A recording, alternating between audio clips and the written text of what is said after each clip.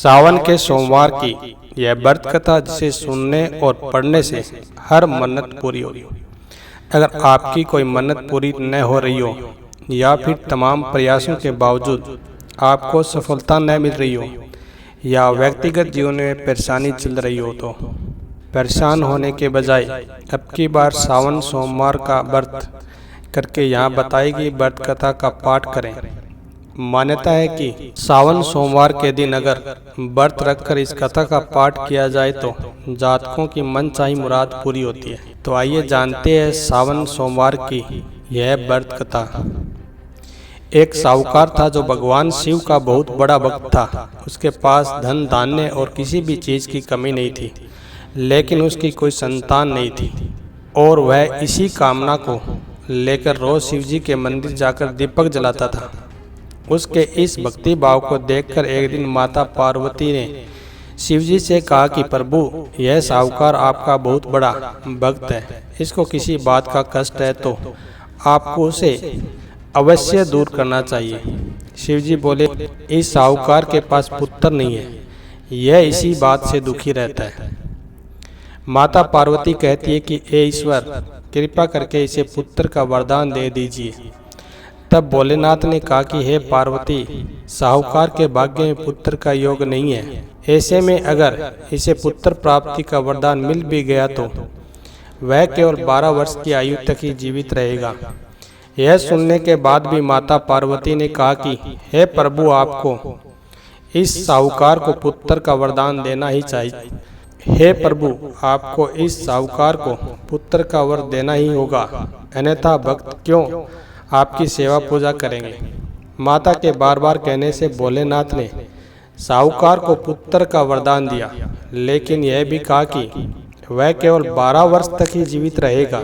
साहूकार यह सारी बातें सुन रहा था, इसलिए उसे न तो खुशी हुई और न ही दुख। वह पहले की ही तरह भोलेनाथ की पूजा अर्चना करता रहा। उधर सेठानी गर्भवती हुई और 9वें महीने उसे सुंदर से बालक की प्राप्ति हुई। परिवार में खूब हर्षोल्लास मनाया गया, लेकिन साहूकार पहले की ही तरह रहा और उसने बालक की 12 वर्ष की आयु का जिक्र किसी से भी नहीं किया। जब बालक की 11 वर्ष की आयु हो गई तो एक दिन साहूकार की सेठानी ने बालक के विवाह के लिए कहा, तो साहूकार ने कहा कि वह अभी बालक को पढ़ने के लिए काशी जी भेजेगा। इसके बाद उसने बालक के मामा जी को बुलाया और कहा कि इसे काशी पढ़ने के लिए ले जाओ और रास्ते में जिस भी स्थान पर रुकना वहाँ यज्ञ करते और ब्राह्मणों को भोजन कराते हुए आगे बढ़ना। उन्होंने भी इसी तरह करते हुए जा रहे थे कि रास्ते में एक राजकुमारी का विवाह था। जिससे उसका विवाह होना था वह एक आंख से काना था।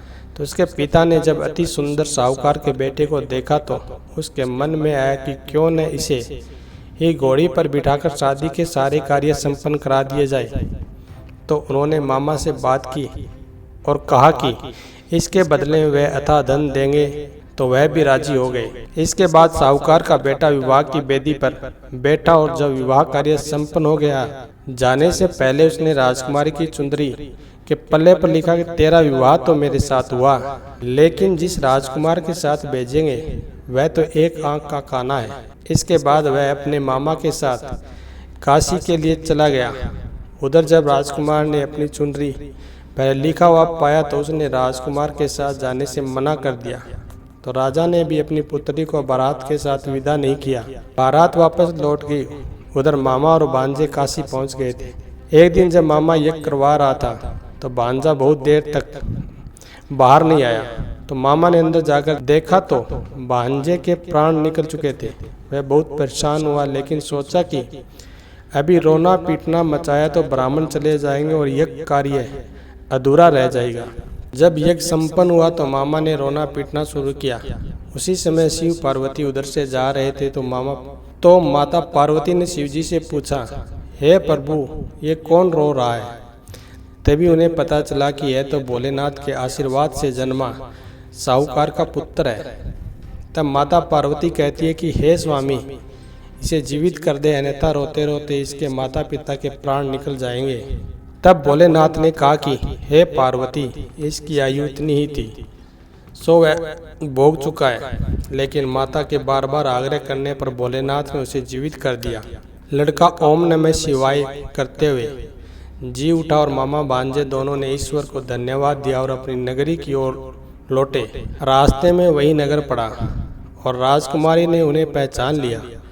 तब राजा ने राजकुमारी को साहूकार के बेटे के साथ बहुत सारे धन धान्य के साथ विदा किया। उधर साहूकार और उसकी पत्नी छत पर बैठे थे। उन्होंने यह प्रण कर रखा था कि यदि उनका पुत्र सकुशल न लौटा तो वह छत से कूदकर अपने प्राण त्याग देंगे। तभी लड़के के मामा ने आकर साहूकार के बेटे और बहू के आने का समाचार सुनाया, लेकिन वे नहीं माने। तो मामा ने शपथ पूर्वक कहा। तब तो दोनों को विश्वास हो गया और दोनों ने अपने बेटे बहू का स्वागत किया। उसी रात साहूकार को स्वप्न में शिवजी ने दर्शन दिया और कहा कि तुम्हारे पूजन से मैं प्रसन्न हुआ। इसी प्रकार जो भी व्यक्ति इस कथा को पढ़ेगा या सुनेगा उसके समस्त दुख दूर हो जाएंगे और मनोवांछित सभी कामनाओं की पूर्ति होगी। धन्यवाद।